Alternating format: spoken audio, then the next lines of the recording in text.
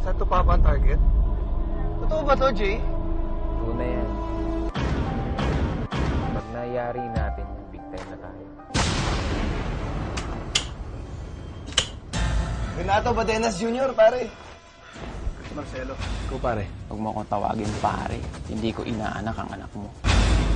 Nandito kayo para sa Special Weapons and Tactics Training. SWAT Training.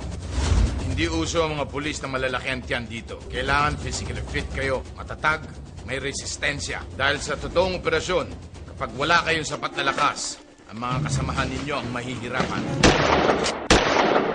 Put your gun down!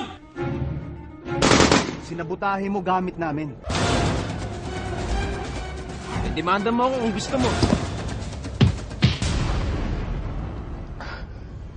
Pulis ka lang!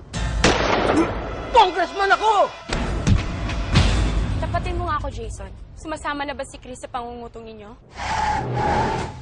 Hindi pa nila alam kung ano binabalak natin. Kailangan bigyan lang natin sila ng ibang direksyon. Maraming kalokohan ang ginagawa ng unit ko. Hindi pa rin ako nagbabago simula nung nagtitraining tayo. Magkakaproblema ba tayo?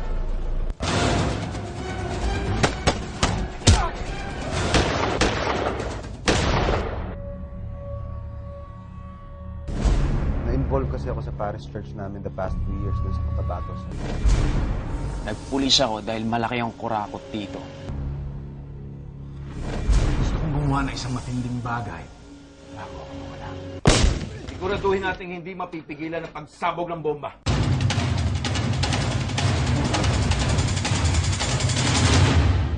Bawal din pumatay. Sabi din niya yun.